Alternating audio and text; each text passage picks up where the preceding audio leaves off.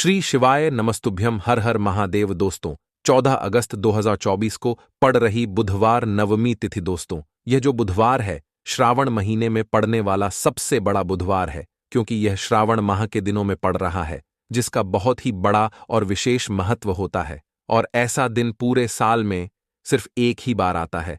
और दोस्तों आप सभी लोग जानते हो कि बुधवार का अगर सबसे बड़ा कोई उपाय है, एक छुटकी हल्दी वाला उपाय है, तो दोस्तों इस बुधवार की नवमी तिथि के दिन आप लोगों को इस एक छुटकी हल्दी वाले उपाय को जरूर करना है। बहुत सारे लोग होंगे जिन लोगों ने इस उपाय को ना किया हो, मतलब पूरा साल निकल गया, उन्होंने किसी भी दिन इस हल्दी वाले उपाय को ना किया हो। पर दोस्तों आपके पास एक आखिरी मौका बचा हुआ है, जो कि 14 अगस्त के दिन। तो इस दिन आप लोगों को इस वाले उपाय को जरूर कर लेना है। भले ही आपने पूरे महीने भर इस उपाय को ना किया हो, पर आपने इस श्रावण महीने के बुधवार के दिन अगर इस वाले उपाय को कर लिया, तो आपको इस उपाय को करने का वह फल मिलेगा जिसकी आपने कभी कल्पना भी नहीं करी होगी। इसीलिए आप लोग इस वाले उपाय को एक बार जरूर कर लेना, ताकि आप लोगों के हाथ से यह मौका ना जा सके और आपको इस उपाय को करने का फल मिल सके। दोस्तों यह उपाय पंडित जी ने अपनी अभी की ही शिवा महापुराण की कथा में बताया है, जिस उपाय को आज हम आपको बहुत अच्छे से समझाने वाले इस वीडियो को देखने के बाद। इस उपाय को समझने के लिए आपको कोई और वीडियो को देखने की जरूरत नहीं पड़ेगी। तो चलिए दोस्तों उपाय को शुरू करते हैं। देखिए यह इस श्रावण महीने के बुधवार के दिन यह इतना खास होता है, इतना महत्वपूर्ण होता है। देखा है कभी कभी बड़े बड़े पूजा पाठ अनुष्ठान से जो मनोकामना पूर्ण नहीं होते, वह श्रावण महीने के दिन एक छोटे से उपाय करने से ही आपकी मनोकामना पूर्ण हो जाती है। और बहुत सारे लोग इस उपाय को किया भी है और उनको इस उपाय को करने का फल भी जरूर मिला है। अगर आप लोग भी इस उपाय को करना चाहते हैं तो आप इस उपाय को पहले अच्छे से समझ लेना, सुन लेना, उसके बाद करना। आपको इस उपाय का फल जरूर मिलेगा। और इस उपाय को कर लेने से आपके घर में चाहे किसी भी तरह की दुख और समस्या क्यों ना चल रही हो, आपको उसका कारण भी नहीं पता है कि दोस्तों यह समस्या किस कारण से चल रही है। उसका कुछ भी कारण हो सकता है, जैसे दोष हो सकता है या किसी भी तरह का मंगल दोष भी हो सकता है। तो इस दिन आप लोगों को यह वाला उपाय कर लेना है। यह एक ऐसा उपाय है जिस उपाय को अगर किसी विशेष दिन पर किया जाए तो दोस्तों उस विशेष दिन का जो है वह तो हमें मिलता ही मिलता है। पर हमने उस दिन पर इस उपाय को किया है तो हमें उससे भी बड़ा फल मिलता है, और फल बहुत जल्दी मिलता है, क्योंकि आप इस उपाय को बहुत ही बड़े और विशेष दिन पर कर रहे हो। तो चलिए अब के बारे में बात करते हैं, लेकिन उससे पहले आप लोगों को यह जानना आवश्यक है कि आखिर यह उपाय किस समय करना है, किसको करना है और कैसे करना है। तो चलिए हम आगे आपको वीडियो में मैं एक एक करके बता देते हैं। लेकिन उससे पहले अगर आप लोग हमारे चैनल पर नए हैं तो हमारे चैनल को सब्सक्राइब कर लेना और इस वीडियो को लाइक करके कमेंट बॉक्स में श्री शिवाय नमस्तुभयम ओम नमः शिवाय जरूर टाइप कर देना। तो दोस्तों इस हल्दी वाले उपाय को हमें इस बुधवार दिन कैसे करना है, किसको करना है, किस समय करना है और कहां पर करना है, ये सारे सवालों के जवाब आपको इस वीडियो में मिल जाएंगे। और जो ये वीडियो देखेगा दोस्तों उसको एक छुटकी हल्दी वाला उपाय जरूर करना चाहिए, क्योंकि इस दिन हल्दी का भी बहुत ही बड़ा और विशेष महत्व होता है। और जब बात आ जाए हल्दी के उपाय की तो यह सोने पर सुहागा वाली बात हो जाती है, और यह एक बहुत ही बड़ा उपाय हो जाता है इस श्रावण बुधवार का। तो अब दोस्तों इस छुटकी हल्दी वाले उपाय को आखिर करना किसको है, सबसे पहले हम लोग वह बात जान लेते हैं। तो देखो घर की जो बड़ी माताएं बहनें होती हैं, उन माताओं बहनों में से कोई भी एक बड़ी माता बहन इस वाले उपाय को कर सकती है। और दोस्तों अगर आप चाहें तो अपने घर में से सभी सदस्यों को भी इस उपाय को करवा सकते हैं। अगर किसी व्यक्ति की खुद की कोई मनोकामना है, खुद की कोई दुख और परेशानी है जो कि वह अपने लिए ही करना चाहता है, इस वाले उपाय को तो वह खुद अपने लिए भी सकता है। बाकी अगर कोई घर में से ऐसा है जो कि अपने पूरे घर परिवार की सुख और शांति के लिए यह वाला उपाय करना चाहता है, तो दोस्तों वह भी कर सकता है। उसमें भी कोई दिक्कत वाली बात नहीं है। कहने का मतलब यह है कि इस उपाय को हर एक सदस्य भी कर सकता है, और पूरे घर परिवार के सदस्य के लिए घर की बड़ी माताओं बहनों में से कोई एक माता बहन भी कर सकती है। माताएं बहनें अगर घर में उपस्थित ना हो या वह यह वाला उपाय ना कर पा रही हो, तो फिर घर का कोई बड़ा सदस्य भी इस हल्दी वाले उपाय को कर सकता है। चाहे फिर वह पुरुष ही क्यों ना हो, उसमें कोई भी दिक्कत वाली बात नहीं है। अब दोस्तों, इस हल्दी वाले उपाय को हमें करना कहाँ पर है? हमें इसे घर के मंदिर और तुलसी के कियारे में जाकर करना है। बहुत सारे लोग प्रश्न करते हैं, हर एक उपाय को करते समय क्या हम इस उपाय को अगर घर पर तुलसी का पौधा ना हो तो मंदिर में कर सकते हैं? तो इस वाले उपाय को अगर घर पर करोगे तो ज्यादा अच्छा होगा। अगर मंदिर में तुलसी का पौधा है और वहां करोगे तो भी कर सकते हो इस वाले उपाय। उसके बाद में दोस्तों, जो अगला प्रश्न निकल कर आता है वह यह आता है इस उपाय को लेकर कि आखिर इस उपाय को हमें किस समय करना है, सुबह के समय करना है कि शाम के समय करना है? तो देखो, इस वाले उपाय को आप लोग सुबह के समय भी कर सकते हो और शाम के समय प्रदोष काल में भी कर सकते हो। अब अगर आप पूछो कि दोस्तों सबसे उत्तम समय कौन सा रहेगा इस एक छुटकी हल्दी वाले उपाय को करने का, तो हम आपसे बस यही कहेंगे कि इस उपाय को आप शाम के समय करेंगे तो ज्यादा होगा। बाकी अगर सुबह के समय भी करेंगे तो भी अच्छा होगा, उसमें कोई भी दिक्कत वाली बात नहीं है। तो अब दोस्तों, जो अगली सबसे बड़ी और महत्वपूर्ण बात आती है वह यह आती है कि सुबह अगर हम उपाय को करेंगे तो हमें कितने बजे से लेकर कितने बजे तक के बीच में करना है, और शाम के समय प्रदोष काल में करेंगे तो हमें कितने बजे से लेकर कितने बजे के बीच में करना है। तो देखो, सुबह जितनी जल्दी हो सके आप उपाय को करने की कोशिश करना। बाकी अगर कारणवश लेट भी हो जाओ, थोड़ी देर भी हो जाए, तो 10 या 11 बजे तक भी आप उपाय कर लेना, पर 12 बजे से ज्यादा देरी ना हो। ठीक है, इस बात का ध्यान रखना। उसके बाद में दोस्तों, अगर शाम के समय प्रदोष काल की बात करें, प्रदोष काल का जो समय है होता है वह शाम के 6 बजे से शुरू हो जाता है। मतलब शाम के 6 बजे से लेकर 14 बजे के बीच का जो समय होता है, यह समय प्रदोष काल का समय होता है। पर अभी जो मौसम चल रहा है, इस मौसम में जो है शाम बहुत देर होती है, तो आप इस उपाय को 14 या 8 बजे के बीच में भी कर सकते हो। मतलब शाम के 6 बजे से रात 8 बजे के बीच में आप कभी भी इस वाले उपाय को कर सकते हो, उसमें कोई भी दिक्कत बात नहीं है। परंतु बुधवार के दिन कोशिश करना कि समय के अंतर्गत ही कर लो। किसी कारणवश ना कर पाओ तो थोड़ा देरी से भी कर सकते हो, आपको उपाय का फल जरूर मिलेगा। अगर हमारे जीवन में दुर्भाग्य लगातार बना हुआ है, हमारे किस्मत रूठी हुई चल रही है, हमारे जीवन में लगातार कोई ना कोई विपत्ति आ रही है, कोई ना कोई ऐसे ग्रह नक्षत्र हमारे जीवन में लगातार बने हुए हैं जिनकी वजह से हम कोई भी अपना कार्य नहीं कर पा रहे हैं, ना ही हम अपना व्यापार शुरू कर पा रहे हैं, ना ही हमें अच्छी नौकरी मिल पा रही है, हमारे जीवन में काम धंधे की हासिल हो पा रही है, हमारे किसी भी कार्य में हमें सफलता नहीं मिल पा रही है। तो पूज्य गुरुजी ने कहा कि जीवन में भी अगर इनमें से किसी भी तरह की समस्या चल रही हो तो आपको श्रावण मास में पैडी डीडीए चने वाली बुधवार नवमी तिथि में यह विशेष उपाय जरूर कर लेना चाहिए।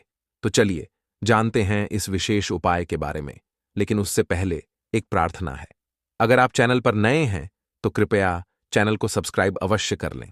देखिए, ये वीडियो बहुत ही ध्यान से सुनिए, क्योंकि इस वीडियो में जो उपाय आपको बताए जाएंगे वह श्रावण मास में वाली बुधवार की तिथि में ही करने हैं। इस नवमी तिथि में अगर हम लोग यह उपाय कर लेते हैं तब तो पूज्य गुरुजी ने अपने शिव महापुराण की कथा में कहा कि आपके जीवन से इन सारी समस्याओं का अंत हो जाएगा और आपको भी धन धान्य की हासिल होगी। देखिए, सबसे पहले आप इस बुधवार को एक कार्य करेंगे। आप सुबह जब भी उठेंगे तो अपने स्नान वाले जल में थोड़ी सी हल्दी जरूर मिला लेंगे। आप सभी जानते हैं कि सावन का महीना चल रहा है और यह महीना समर्पित होता है भगवान महादेव को, माता लक्ष्मी को और माता तुलसी जी को। इसलिए अगर आप हल्दी वाले जल से स्नान करते हैं तो पूज्य गुरुजी ने कहा कि इससे आपका दुर्भाग्य समाप्त होता है, आपकी रूठी हुई किस्मत जागती है और आपके भी सौभाग्य में वृद्धि होती है और आपका गुरु ग्रह मजबूत होता है। अब जानते हैं गुरुजी द्वारा बताए गए पहले खास उपाय के बारे में। इस उपाय के आपको 2 हरी इलायची ले लेनी है, फिर इसी के साथ साथ आपको ले लेना है एक दीपक। दीपक आप मिट्टी का भी ले सकते हैं, और आप अपने घर पर अगर आटा मलक उसका दीपक बनाते हैं तो उसका भी दीपक आप तैयार कर सकते हैं। इस दीपक में आपको घी का इस्तेमाल करना है और साथ ही साथ लंबी रुई की बत्ती का उपाय करना है। देखिए, इस उपाय को बहुत ही ध्यान से समझिए, क्योंकि यह उपाय महादेव को भी बहुत प्रिय और माता लक्ष्मी को भी बहुत प्रिय है। देखिए, अब सबसे पहले आप एक काम करेंगे। आप यह दीपक लेकर अपने घर के मंदिर के सामने पहुंच जाएंगे। आपके घर के मंदिर में माता लक्ष्मी की अगर कोई फोटो है, कोई प्रतिमा है, या फिर आपकी कुलदेवी की कोई फोटो है, कोई प्रतिमा है, या फिर माता रानी के किसी भी स्वरूप की कोई फोटो है, तो उनके सामने आपको यह उपाय करना है।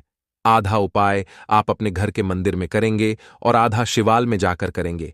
इसलिए आपको उपाय बहुत ही ध्यान से समझना है।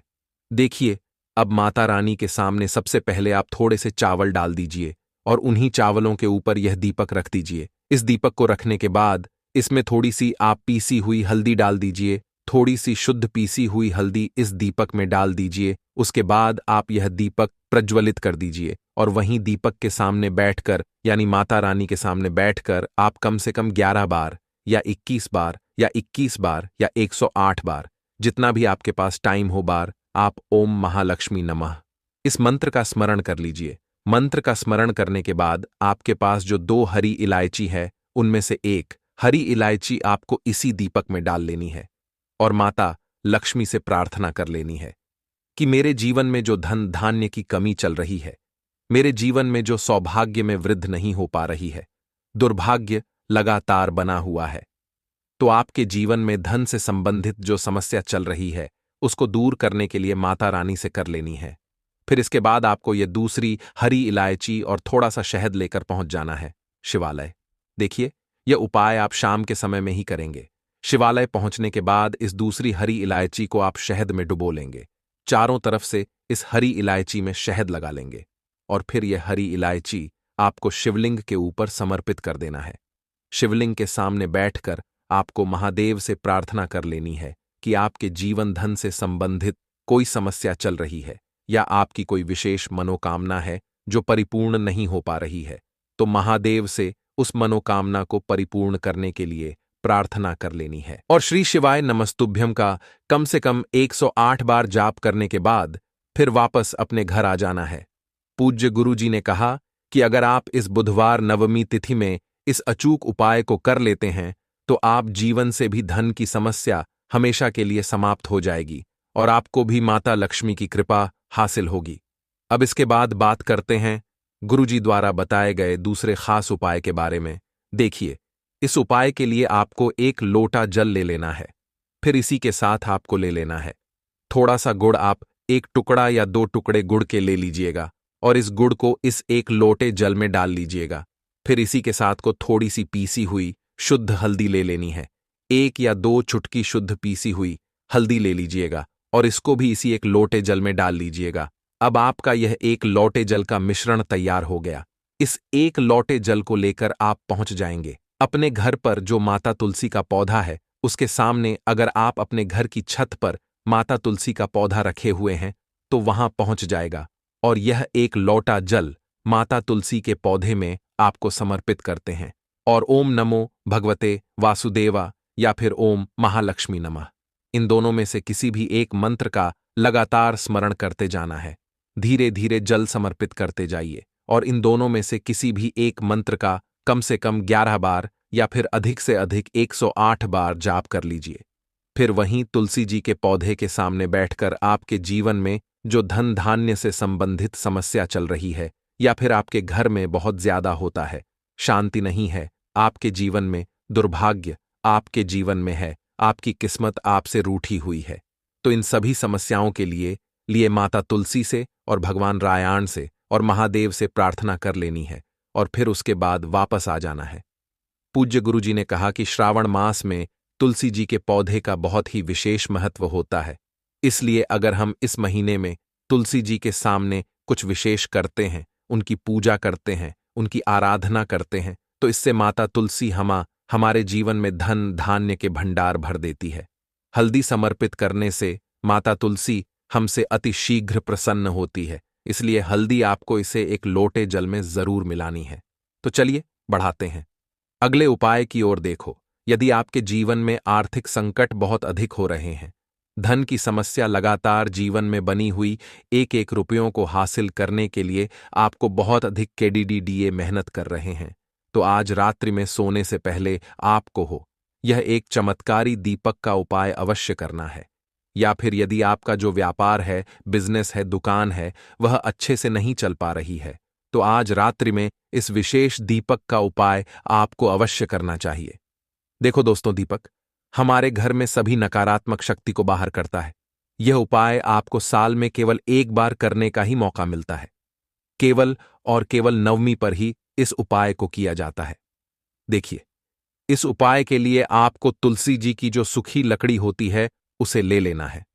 देखिए दोस्तों, यदि आपके पास पुरानी तुलसी जी की लकड़ी है तो उसे आप ले सकते हैं, और यदि आपके घर में तुलसी जी जो लकड़ी है वह सूखी हुई है तो उसकी लकड़ी आप तो डीडीए करके इस्तेमाल कर सकते हैं। लेकिन आपको ध्यान रखना है कि सूर्यास्त से पहले पहले ही आपको यह जो तुलसी जी की लकड़ी है इससे ही तोड़ लेना है। तो इस उपाय के लिए आपको सबसे पहले तो एक मिट्टी का दीपक लेना होगा। आप चाहे तो आटे का दीपक भी ले सकते हैं, क्योंकि आटे का दीपक सभी दीपक में सर्वोत्तम समझा गया है। इस दीपक के अंदर आपको शुद्ध घी का उपाय करना होगा और इससे दीपक के अंदर अपने जो तुलसी जी की लकड़ी ली है उसे भी रख देना है। लेकिन यह जो तुलसी जी की लकड़ी है इसमें आपको चारों तरफ अच्छे से घी लगा लेना है। देखिए, गुरुजी ने बताया है कि जो तुलसी जी की लकड़ी है, यदि आप उपाय करते हैं और बहुत ही शीघ्रता से जल जाती है, तो इसके लिए आपको एक कार्य करना है। आपको ले लेनी है और उससे रुई को आपको जो तुलसी जी के अपने लकड़ी ली है उस पर अच्छे से चारों तरफ लपेट देनी है। तुलसी जी की लकड़ी के ऊपर रुई लपेटने के बाद इसे आपको पूरा घी के अंदर डुबो लेना है। अब इसे आपको बाती के रूप में उपाय करना है। अब दोस्तों, इस दीपक को आपको प्रज्वलित कहाँ करना है? तो इस दीपक को आपको या तो भगवान विष्णु के सामने प्रज्वलित करना होगा, या फिर आपको भगवान श्री राम के सामने प्रज्वलित करना होगा, या फिर भगवान कृष्ण के सामने, यानी कि भगवान विष्णु के जो भी अवतार उनके सामने आप यह दीपक प्रज्वलित कर सकते हैं। या फिर आप इससे दीपक को माता तुलसी जी के सामने भी प्रज्वलित कर सकते हैं। पूज्य गुरु जी ने बताया है कि जो भी व्यक्ति इस तरह से तुलसी जी की डंडी से यह दीप दान कर देता है उसके जीवन में कभी भी धन की समस्या नहीं होती है। इसीलिए आपको यह पूरे साल में केवल एक बार ही मौका मिलता है। श्रावण माह में इस उपाय को करके देखना, आपकी सभी इच्छा जरूर पूर्ण होगी। यह जो उपाय है रात्रि में सोने से पहले करना है, और गुरुजी ने कहा कि आप कुछ ही दिनों में देखेंगे कि आपके जीवन में कितना बड़ा चमत्कार हुआ है। धन हासिल के नए नए मार्ग बन जाते हैं, जीवन की सारी बाधाएं समाप्त हो जाती हैं और आपको सुख समृद्धि की हासिल होती है। तो चलिए जानते हैं इस विषय उपाय के बारे में। परंतु उससे पहले एक निवेदन है कि अगर आप चैनल पर नए हैं तो कृपया चैनल को सब्सक्राइब जरूर कर लें और कमेंट बॉक्स में जय माम लक्ष्मी जरूर लिखें। माता लक्ष्मी दोस्तों, हम लोग अक्सर खाना थोड़ा ज्यादा ही बनाते हैं और फिर कुछ खाना बच भी जाता है। सब्जी या ग्रेवी अक्सर खत्म हो जाती है और केवल रोटी बच जाती है। अगले दिन बासी रोटियों को घर के सदस्य या बच्चे खाने कतराते हैं। अगर आपके में भी ऐसा होता है तो यह जानकारी आपको हिलाकर रख देगी। अगर आप भी ऐसी रोटी खाते हैं तो आपको मालामाल होने से कोई भी नहीं रोक सकता।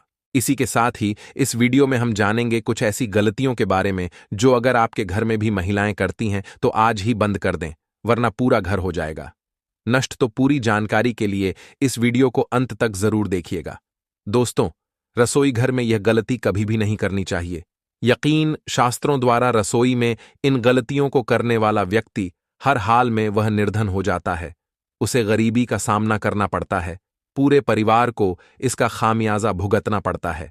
शास्त्रों में स्पष्ट बताया गया है कि जिस घर में मां अन्नपूर्ण जी का वास हो जाए तो मां के साथ साथ सभी देवी देवता एक साथ निवास करते हैं।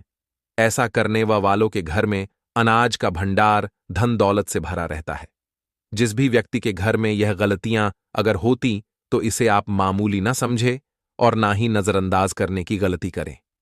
आपका पूरा घर निधन हो सकता है। दोस्तों, व्यक्ति अगर जीवन में सफलता करना चाहता है तो उसके लिए सबसे ज्यादा जरूरी है उसके स्वास्थ्य का सही होना, और उसका शरीर अगर स्वस्थ होता है तो व्यक्ति सदैव ही अपने लक्ष्य को हासिल कर सकता है।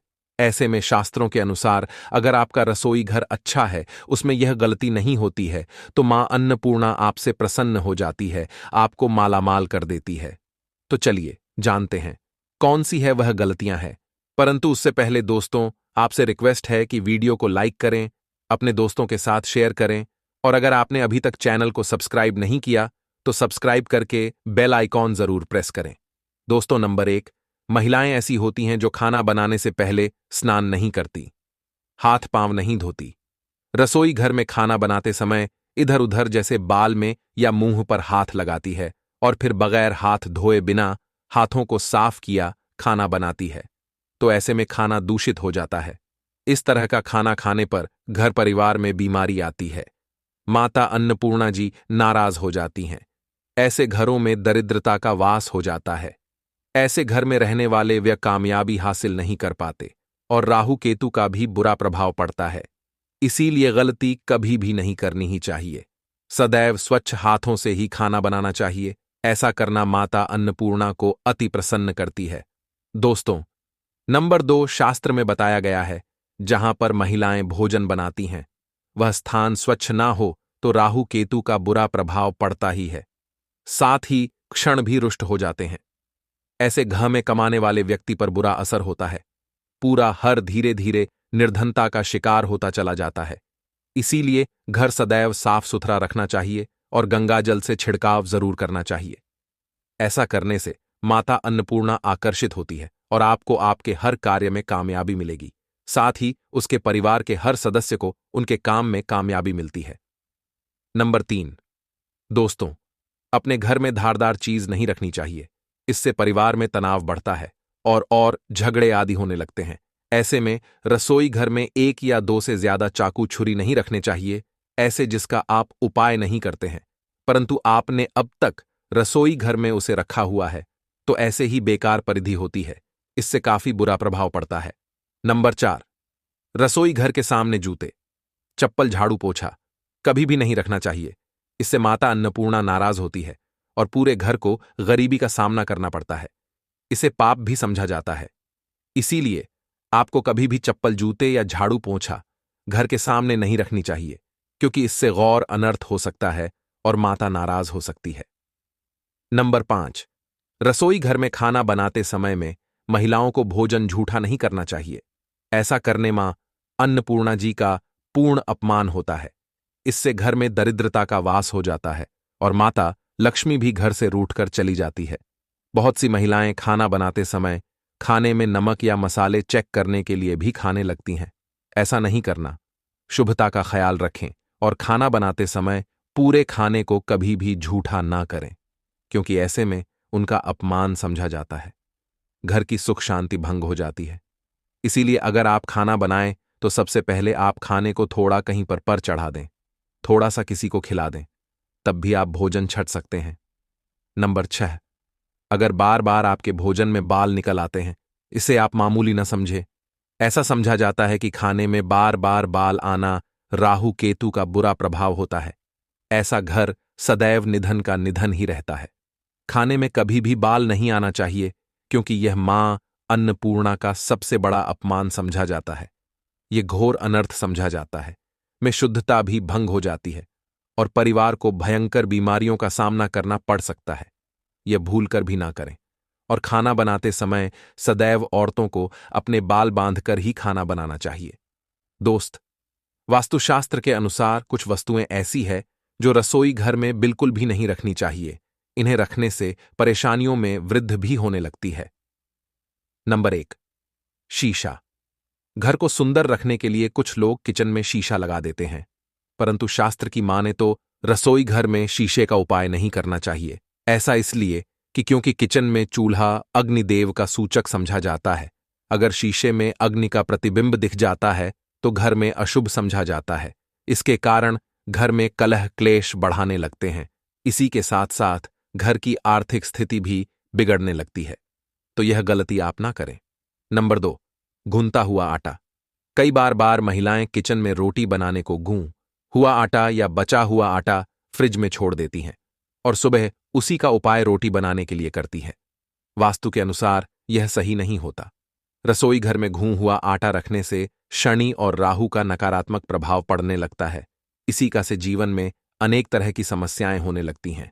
नंबर 3, टूटे कई तरह के बर्तन उपाय होते हैं। इसी के साथ ही इस वीडियो में हम जानेंगे कुछ ऐसी गलतियों के बारे में जो अगर आपके घर में भी महिलाएं करती हैं तो आज ही बंद कर दें, वरना पूरा घर हो जाएगा। नष्ट। तो पूरी जानकारी के लिए इस वीडियो को अंत तक जरूर देखिएगा। दोस्तों, रसोई घर में यह गलती कभी भी नहीं करनी चाहिए।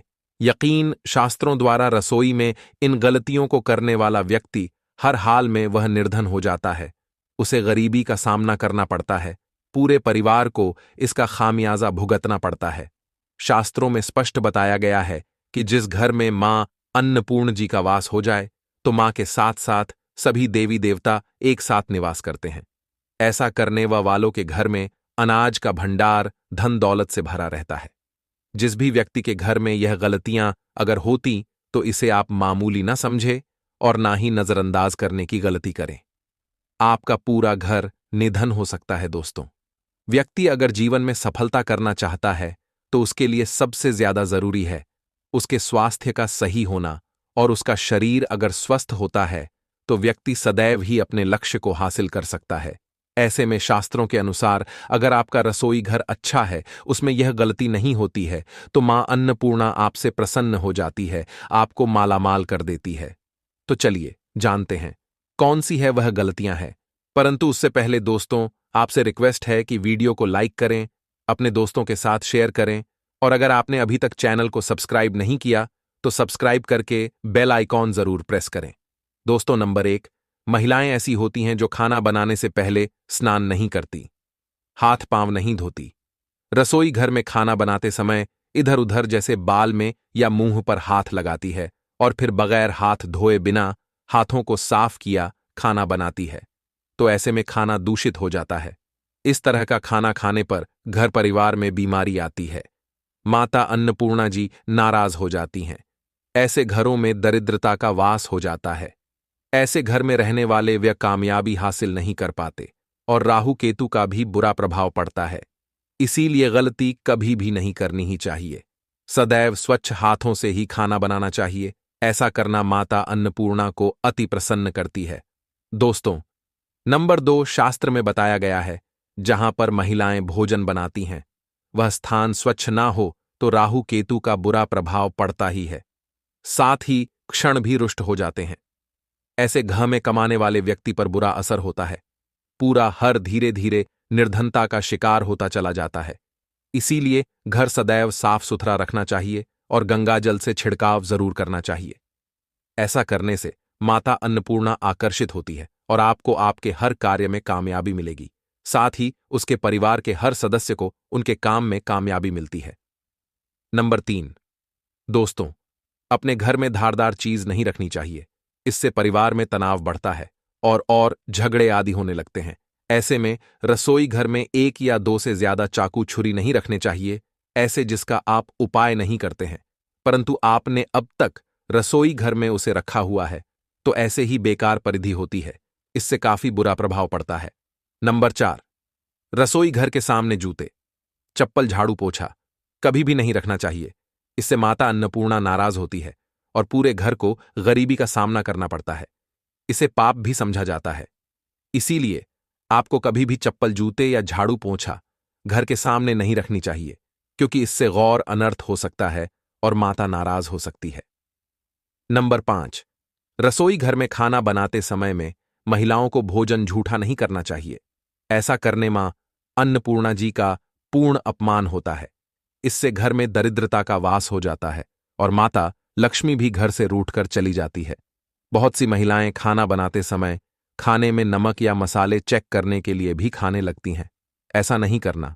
शुभता का ख्याल रखें और खाना बनाते समय पूरे खाने को कभी भी झूठा ना करें, क्योंकि ऐसे में उनका अपमान समझा जाता है। घर की सुख शांति भंग हो जाती है।